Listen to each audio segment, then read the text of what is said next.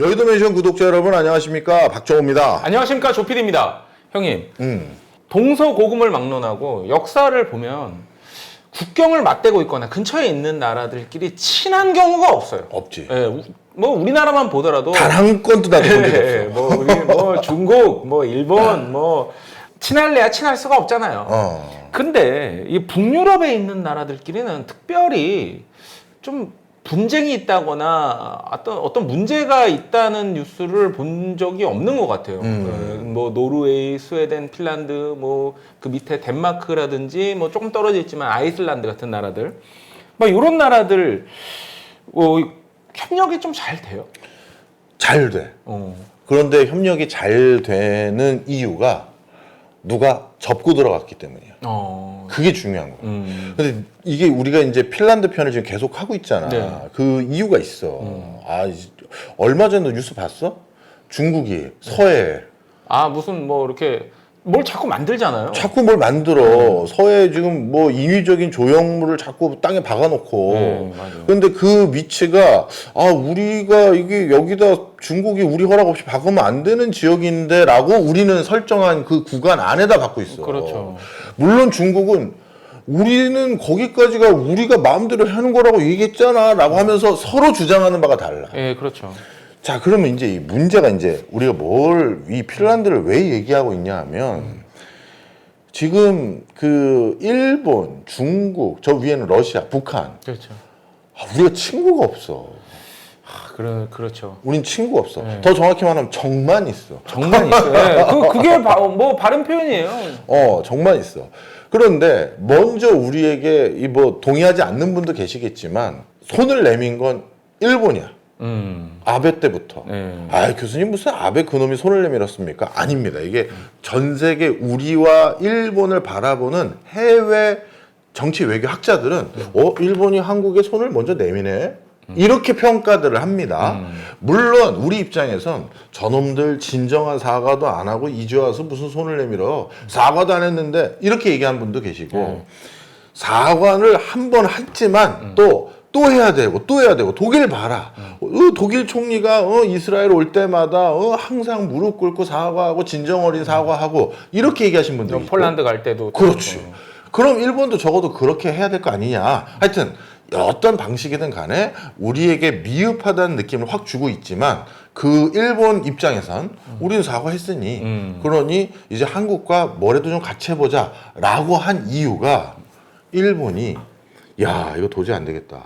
우리 저출산 고령화로 경쟁력이 옛날 같지가 않네. 그러면 우리도 이제 근처에 친구들이 좀 있어야겠다라고 일본 스스로도 생각한 거예요. 일본에게 미국은 친구일까 섬기는 나라일까? 주종 관계죠. 부종 관계예요. 네, 그건 친구가 아닙니다. 네, 일본 스스로도 그렇게 생각하고 있어요. 그럼 어떻게 보면 돈 많은 꼬봉 하나지. 미국 입장에서. 네, 그렇죠. 야, 일본 일로 와봐. 너 또 돈 많네 이놈이. 자, 그 손정이도 같이 와. 이거 얼마 투자해야 되고 관세 많이 내야 돼. 너 그리고 엔화 같이 올려. 그렇죠. 이런 거잖아. 옥수수 사과.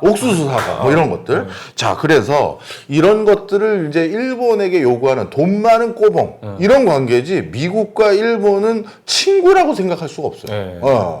자, 그러면 일본도 우리랑 비슷한 상황을 고민을 했는데 우리보다 일본이 초고령 사회를 먼저 진입했고 그렇죠. 그리고 저출산 문제에 대해서 먼저 생각했고 지방 소멸 먼저 걸어갔고 그것 때문에 산업 공동화, 제조업 공동화 먼저 고민했단 말이야. 그런 과정에서 본인들이 이게 도저히 안 되겠고 나랑 똑같이 고민하는 학자들도 있었을 거 아니야. 북유럽을 봤더니 지들끼리 서로 친하게 지내네. 그러니까 든든한 힘이 되네. EU도 봤더니 얘네들이 서로 밀고 당겨주고 도와주고 하니 이것도 괜찮네. 그럼 우리도 좀 그렇게 해볼 때를 찾아볼까? 바로 위에 한국 규모감이 점점 커지고 이제 한국인들의 국민소득이 일본보다 더 높아질 게 뻔해 보였고 그때 당시에는 그때는 그렇죠. 그러니 이젠 한국이 옛날 한국이 아니네. 잘 지내봐야겠다. 친구가 될 수 있겠구나. 비슷한 수준이니까 소득 수준 차이가 또 많이 생기면 친구가 될 수가 없잖아. 아니 저는 형님이 이 얘기 하시면은 댓글에 어떻게 달릴지 다 예상이 가요. 무슨 나도 알아. 대동아 공영권 뭐 얘기하는 거냐, 뭐 친일파다, 뭐 이런 얘기 분명히 나올 텐데 그런 얘기가 아니잖아요. 지금. 일본의 의도를 얘기한 네. 겁니다. 우리가 그렇게 하자는 게 아니라요. 일본이 그런 의도를 가지고 접근해 왔는데 우리 중에 어떤 정권에선 좀 받는 척 했던 정권도 있고 어떤 정권에선 안 돼 했던 적도 있고 그리고 걔네가 중간중간 좀 우리에게 섭섭한 일도 또 그 사이에 했던 것들이 좀 있단 말이야. 뭐 잘 지내보려다가 갑자기 안 되는 것 같으니까 화이트 리스트에서 배제하고 수출 규제해버리고 수출 규제해버리고 막 이런 적도 있고 자 하여튼 간에 우리는 동맹이 없어. 그지? 미국도 동맹이라기보다는 미국의 중동의 최우방 국가가 이란이었죠. 이란이었어. 네, 이란이었죠. 근데 지금 악의 축이래. 네, 악의 축이래요. 자, 다시 돌아와서 그런데 그러면 뭐 우리랑 뭐 일본을 얘기하려는 게 아니라 저 다른 나라 지금 케이스들을 우리가 연구를 하는 거잖아. 그렇죠. 북유럽 쟤네들은 분명 핀란드도 스웨덴에게 650년 지배를 당했는데 이거 어떻게 된 거냐? 어떻게 잘 지내는 거냐? 핀란드가 고개 딱 숙이고 접고 들어간 거야. 접고 들어가고 핀란드는 우리는 진짜 야 조금만 까딱 잘못하면 국가가 풍전등화가 아니라 박살이 나는구나라는 걸 몇 번을 경험하고 나서 굉장히 기민하게 움직이고 국민들이 굉장히 눈치껏 움직이고 이랬던 행보들이 있어. 오히려 지금 독립국가로 있는 거가 기적이에요, 핀란드. 진짜로. 그리고 겉으로 보기에 북유럽 국가들이 굉장히 노르딕이라고 부르는 5개 국가들이 협력을 잘하는 것 같아 보이지만 들어가 보면 자신들끼리 협력할 수 있는 것만 철저히 협력하고 나머지는 주판 다 튕겨서 각자 도생하고 있어. 그래서 이게 우리에게도 중요한 요소야. 일본하고 협력을 한다 그러면 뭔가 전반적이고 대대적으로 다 협력한다? 그거 불가능해. 북유럽을 보면 지금 제일 잘하고 있는 어떤 연대 형태인 북유럽을 봐도 아 이게 불가능하게 가깝구나. 가까운 나라들은. 그러면 할 수 있는 건 같이 하고 할 수 없는 건 따로 한다. 이렇게 돼요. 대표적으로 몇 가지 알려줄까? 노르웨이. 나토 설립할 때, 북대서양 조약기구 설립할 때 처음 초기 멤버였어. 파운더야. 파운더. 노르웨이는. 그런데 얼마 전에 마지막에 나토 문 닫고 들어간 나라가 어디야? 핀란드랑 스웨덴이야. 그러면 북유럽 5개 국가가 국방에 대해서 견해를 달리했었네요. 대표적으로 드러나는 게 나토 가입부터지. 노르웨이는 처음 초기 멤버로 들어갔는데 스웨덴과 핀란드는 이번에 그 러시아가 우크라이나 침공하는 걸 보고 아유 큰일 났네. 우리도 이거 나토 가입 뒤늦게로 해야겠는데 이렇게 문 닫은 스타일이란 말이야. 그 다음에 핀란드 화폐 알아? 핀란드 화폐가 따로 유로 써. 지금 유로 쓰죠? 유로 써. 그런데 스웨덴하고 노르웨이랑 다른 북유럽 국가는 자신들만의 화폐를 쓰는데 유로랑 연동을 시키긴 하지. 그래서 유로랑 똑같이 그냥 유로 쓰면 되는 거 우린 따로 하겠습니다. 이것도 또 다른 거야. 그러니까 경제적인 부분에서도 각각의 나라들이 약간씩 결을 다리하는 거야. 핀란드는 유로를 쓰는데 다른 옆에 있는 나라는 유로를 안 쓰고 있고. 자, 그래서 이런 특수성이 있어. 그러면 핀란드는 도대체 어떻게 여기까지 흘러오고 그러면 나머지 부분에서 협력하기로 마음을 먹은 이유가 뭐냐? 야, 핀란드는 내가 이 핀란드 편을 하는 이유가 그거잖아. 북유럽의 한국이다. 정말 맞아요. 인동초야. 야, 얘네는 진짜 인동초라는 걸 알 수 있는 게 일단 대표적으로 핀란드 공용어를 보면 알 수 있어. 국가에서 인정하는 공용어가 당연히 핀족이니까 핀란더가 있고 우랄 알타이역에 그 다음에 게르만어에 기반하고 있는 스웨덴어 이게 공용어야. 그러니까 공용어가 2개인 거지. 스웨덴어랑 핀란더. 그럼 왜 스웨덴어를 공용어로 했느냐? 650년 통치를 받았으면 당연히 스웨덴어를 모국어처럼 쓰는 사람이 천지일 거 아니야. 우리가 이제 뭐 35년, 36년을 일제 식민 통치를 받았는데도 아직까지 일제 잔재가 많이 남아 있는 거를 감안을 하신다면 그렇지. 핀란드가 650년 가까이 이제 통치를 받고 나서 핀란드 분위기가 어떤지 대충 감이 오실 거예요. 당연하지. 자, 그래서 스웨덴어를 공용어로 인정을 했고 그리고 스웨덴 사람들도 그때 핀란드 넘어와서 통치하는 사람들 꽤 그 자손들이 남아있을 거 아니야. 그렇죠. 그래서 이제 그런 게 하나 있고 그 다음에 공용어는 아닌데 국가에서 상용하는 걸로 인정해준 언어가 러시아어예요. 러시아어. 러시아에게 또 100년 이상 통치받았잖아. 예, 그렇죠. 그러니까 이것도 또 인정을 할 수밖에 없는 거야. 자, 이게 바로 굴곡진 역사인데 그럼 핀란드가 어떻게 독립을 해서 지금까지 영토가 유지가 됐느냐? 이것도 자생적으로 한 게 아니야. 이것도 또 오늘 욕먹을 일을 내가 많이 하네. 우리나라의 독립은 100% 자생한 거야? 넌 역사에 관심이 많잖아. 예, 관심이 많은데. 네가 대답을 해봐. 예.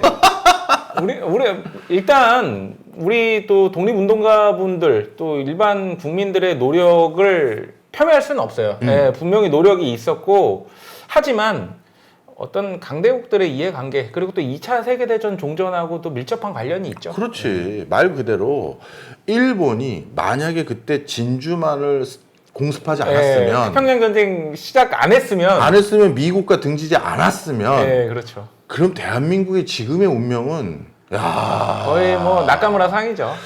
뭐 낙가무라상, 이시무라상 예, 진짜 그렇게 될지도 그런 영화도 하나 있지 않았나? 장동건 나온 영화 있었어. 그래요? 메모리스인가 하는 뭐 영화 있었어. 하여튼 진짜 어떻게 될지 모르는 진짜 천지개벽이 일어난 거잖아. 히로시마와 나가사키에 원폭이 터지면서 무조건 항복하고 딱 떠나간 거잖아.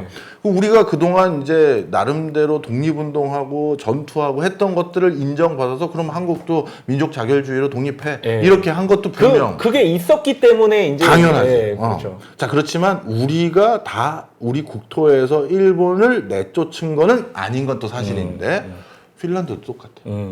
핀란드가 지금 러시아와 국경 그려진 이 면적 있잖아. 그것도 물론 뒤에 또 수정이 됐지만 가장 큰 틀의 면적을 그리게 된 게 누구 때문이냐면 명성이랑 내가 자주 갔다 오는 몽골 때문이야. 몽골. 굉장히 멀리 떨어져 있는 나라인데 그래서 관련이 있나요? 몽골이 러시아를 침공하면서 러시아 애들이 진짜 러시아 역대 가장 큰 위기가 사실 몽골이거든. 옛날에 무슨 그때 그때 얘기하는 거야. 맞아. 칸들. 키예프 공국. 맞아. 그때 어떻게 됐느냐? 어쩔 수 없이 러시아가 이 변방을 지킨 병력들 다 뺀 거지. 몽골군하고 대적하기 위해서. 그때 이 핀란드가 그러면 러시아 애들이 약간 듬섬듬섬 있을 때 좀 해이해졌을 때 자신들의 지금의 국경을 그린 거냐? 아니야. 스웨덴이 핀란드를 먹었어. 그러니까 러시아 애들이 핀족 있는 애들 거기 영토 그거 러시아 애들이 지금 못 지키고 있다며. 뭐 저기 아시아에서 뭐 징기스칸이니 무슨 쿠빌라이니 뭐 이런 애들 때문에 다 떠났다며. 지금 점령하자 해서 스웨덴이 그때 들어온 거야. 아니 뭐 제베나 수부타이 역사에 남을 명장들이지만 뭐 피오르 해안 뚫고서 말 타고 뭐 이렇게 올 생각은 못해요. 거기까지는 안 했지. 왜냐면 여긴 너무 춥잖아. 다른 또 비옥한 땅들. 그리고 또 말을 달릴 수가 없어요. 그렇지, 거기에. 맞아. 자, 그래서 그 빈틈을 스웨덴이 핀란드를 점령해서 지금 동쪽 국경이 그때 그려진 거야. 그러니까 몽골 애들이 그려준 거야. 자신들이 그릴 수 있는 국민 쪽수가 안 돼. 안 됐죠. 스웨덴과 러시아가 그때 동쪽 국경을 그린 거야. 스웨덴과 러시아가 그린 거고. 그렇지. 핀란드가 그린 게 아니야. 그 다음에 그리고 스웨덴이 점령했다가 스웨덴도 이제 떠나고 이제 뭐 1차 세계대전, 2차 세계대전 즈음에 그때 뭐 민족 자결주의. 그렇죠. 그때 이제 핀란드가 우리도 이제 독립을 좀 하겠다 해서 스웨덴도 그때 마침 여력이 안 좋았어. 그래서 이제 핀란드가 독립을 하게 됐는데 모든 나라들이 다 똑같은 것 같아. 갑자기 이제 우리가 우리 스스로를 통치할 수 있게 됐어 하면 그러면 바로 뭐가 잘 되는 게 아니잖아. 그렇죠. 우리나라도 구한말 때 그리고 미군정 미군정 때 그리고 한국 전쟁까지 이어지는 그 격동의 기간들 그리고 5.16까지 다 이어지는 이 기간 동안 뭐 진짜 좌뇌 우뇌 그렇죠. 어마어마했잖아. 그렇죠.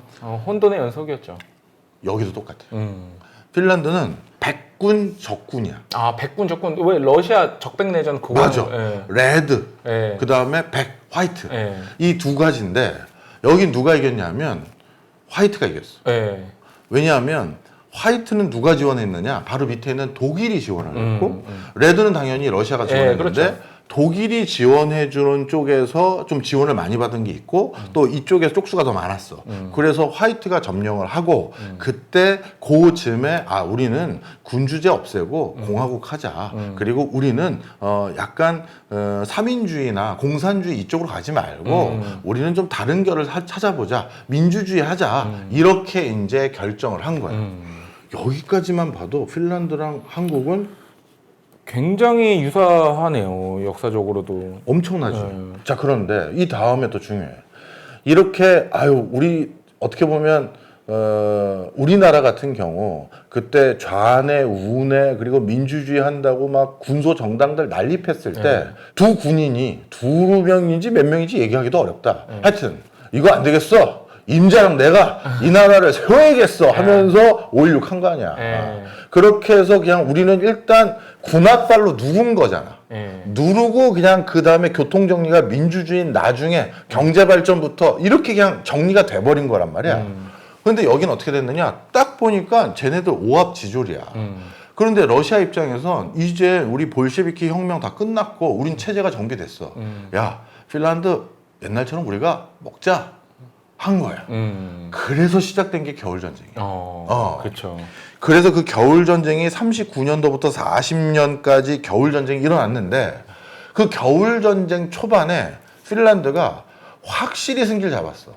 네가 지난번부터 얘기해줬던 그 저격수들. 그냥 레전드 저격수. 레전드 저격수들이 너무만 오면 그냥 백발백중을 탁탁탁 하니까 이 쪽수가 많아도 러시아 군인들이 겁이 나잖아. 그렇죠. 자, 그래서 우리가 알기로는 핀란드가 러시아 군인들을 물리쳤다가 겨울전쟁에 우리가 알고 있는 스토리거든. 근데 사실은 그렇지 않아. 그리고 이 사실은 그렇지 않은 것들을 우리가 잘 기억해야 되는 게 이번 러우 전쟁뿐만 아니라 러우 전쟁 이후의 러시아의 행보를 우리가 이해하는 데도 굉장히 중요한데 비보르크라는 곳이 있어. 비보르크. 이게 비보르크라는 지명이 러시아 발언이고 핀란드는 다르게 불러. 왜냐하면 우리 원래 다 그렇게 부르는 거잖아. 이 비보르크가 우리로 따지면 부산이야. 우리 한국의 제1의 도시 어디? 서울. 2의 도시? 부산. 그러니까 핀란드의 제2의 도시야. 비보르크가. 이 비보르크를 겨울 전쟁 끝내주는 조건으로 넘겼어. 러시아에게. 그러니까 우리로 따지면 부산을 일본한테 넘긴 거야. 넘기고 이제 그만하자. 우리도 저격수들이 니네 또 가만 안 둬. 근데 니네 지금 계속 쪽수로 밀고 오는데 야, 너도 힘들고 나도 힘들지. 야, 그럼 원하는 게 뭔데? 그랬더니 항상 러시아는 이런 전술을 좋아해. 그 나라를 통으로 점령해서 완전히 러시아 걸로 만든다는 건 이게 미국과 러시아의 차이야. 미국은 베트남전에서 졌잖아. 네, 졌죠. 질 수밖에 없는 게 한 나라를 몇 천 년을 유지되었던 그 나라의 민족성을 말살하고 뭘 어떻게 한다? 쉽지 않아. 그렇죠. 쉽지 않아. 아프가니스탄? 뭐 미얀마? 다 쉽지 않아. 우리 한국도 얼마나 잘 버티고 있어. 그렇죠. 그래서 러시아는 늘 뭐냐 하면 점령해서 니네 100년이고 50년이고 우리 괴롭힐 수 있는데 그럼 우리도 안 할 테니까 요만큼 우리 줘. 이걸 계속 해왔어. 그게 18세기, 19세기, 20세기까지 계속되었던 러시아의 영토 확장 전략. 아니 땅이 그렇게 넓은데 그렇게 땅 욕심이 있어요. 이 비보르크가 아까 내가 우리로 따지면 뭐라고 했어? 부산이요. 바로 부동항이야. 부동항. 거기 바로 이 비보르크가 상트페테르부르크 있지. 거기에서 한 차로 내가 가본 곳이니까. 러시아 제2의 도시잖아요. 상트페테르부르크. 상트페테르부르크에서 차로 우리 서울에서 세종시보다 짧았어. 하여튼 내 느낌으로. 그 정도 거리밖에 안 되는데. 바로 발트해로 나오는구나. 바로 나오는 거지. 그리고 여기가 제2의 도시라는 건 벌써 이 핀란드 이 부두가 있어야 되잖아. 그렇죠. 그러면 이걸 주면 우리 전쟁 더 안 할게 하면서 이걸 가져간 거야. 그래서 핀란드 지역이 진짜 비보르크 주면 다시 안 오는 거지? 오케이. 그럼 준다 하고 마무리를 쳤어. 그러니까 겨울 전쟁은 핀란드가 이긴 전쟁이 아니야. 자, 그 다음에 그래서 핀란드 내부에서 비보르크 주고 나서 얼마나 뼈 아프겠어. 그러니까. 너 부산항 뺏기고 나면 국민들 중에 절반은 가만 안 있을 거 아니야. 아유, 절반 이상이죠. 절반은 또 어쩔 수 없이 그렇게 된 거 아니냐 하는 사람이 있고, 절반은 무슨 소리냐 그걸 되찾아와야지 할 거 아니야. 네. 결국 어떻게 됐다? 핀란드도 1년 뒤에 계속 전쟁이라고 다시 쳐들어가. 러시아랑 한판 붙겠다고. 그래서 비보르크 다시 가져와야 돼. 이거 아니야 이건 해서 다시 계속 전쟁이라고 해서 겨울 전쟁 끝난 한 1년 좀 남짓 뒤에 다시 이번에 핀란드가 러시아에게 침공해서 들어가는데 대패를 해요. 러시아는 전쟁의 귀재들이야. 아, 그리고 일단 체급 차이가 너무 크지. 너무 커요. 체급 너무 차이가. 커. 그리고 러시아 이 소련이 또 전문이 사람 갈아 넣는 거잖아요. 아, 2차 대전 때 봐봐요. 사람 갈아 넣잖아요. 진짜 그냥 갈아 넣어버리잖아요, 진짜로. 맞아. 그런데 핀란드는 계속 얘기하지만 우리 핀란드 1편부터 꼭 다시 보십시오. 얘네들 정말 불쌍한 사람들입니다.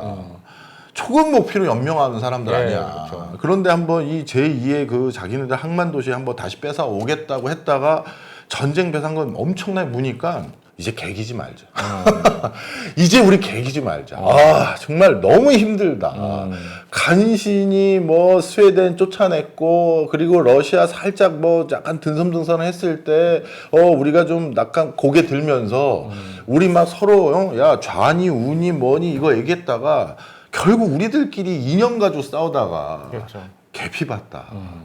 그리고 괜히 우리가 이 알토란 같은 부산항만 뺏기고 나서 이거 되찾아보려다가 완전 지금 우리 벌어서 고스란히 전쟁 피해 복구 자금으로 들여야 되는 것도 있지만 또 보상금 줘야 되고 우리 다신 이러지 말자. 이걸 선택을 해. 그래서 핀란드는 그 뒤부터 넙죽 엎드리게 되는데 그거를 외교 용어가 생겼어. 핀란드화. 핀란드와. 이건 서독이 만든 용어야. 서독의 외교학자들이 1960년대 딱 보니까 저희 핀란드 저놈들 뭐라고 해야 돼? 여기 붙었다가 저기 붙었다는 거. 박쥐.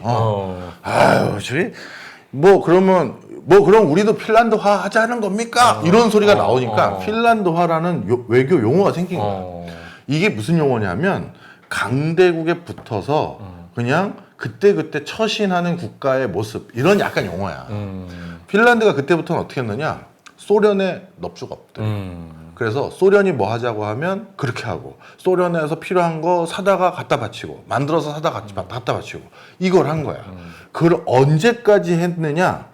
91년도까지. 그러니까 붕괴될 때까지. 붕괴될 때까지. 그래서 핀란드는 그때까지 결국 소련 지향적인 많은 행보를 걸어왔어. 그런데 핀란드를 그렇게 우습게만 보면 안 되는 게, 아까 내가 초반에 핀란드가 유로화 쓴다고 했지. 네. 유로화 쓴다는 건 EU에 가입했다는 얘기 아니야. 네.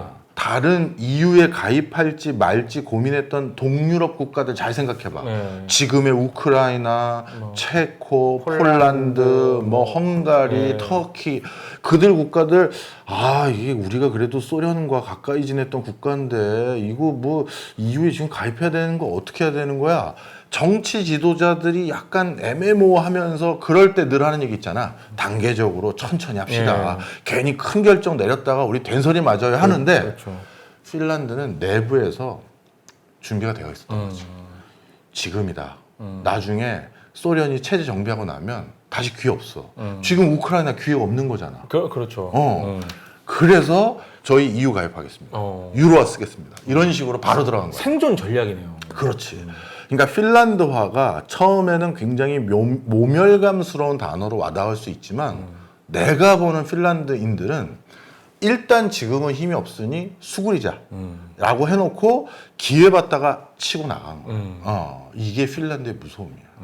그런데 야, 이걸 얘네가 어떻게 했지라는 부분이 있어. 만약에 우리가 이 핀란드의 이 부분을 잘 배우면, 한국이 골드만삭스가 옛날에 얘기했지. 네. 미국과 한국이 G2 국가 된다. 네. 진짜 그런 보고서가 있어요. 그런 보고서가 있어요. 통일 한국을 통일 한국이 전제입니다. 그래서 진짜 한국이 G2 국가 된다라고 했던 그 보고서도 있었는데, 진짜 만약에 핀란드에게 이걸 배우면 우리도 G2 국가 되는 게 있는데, 그게 뭐냐면 다음 시간.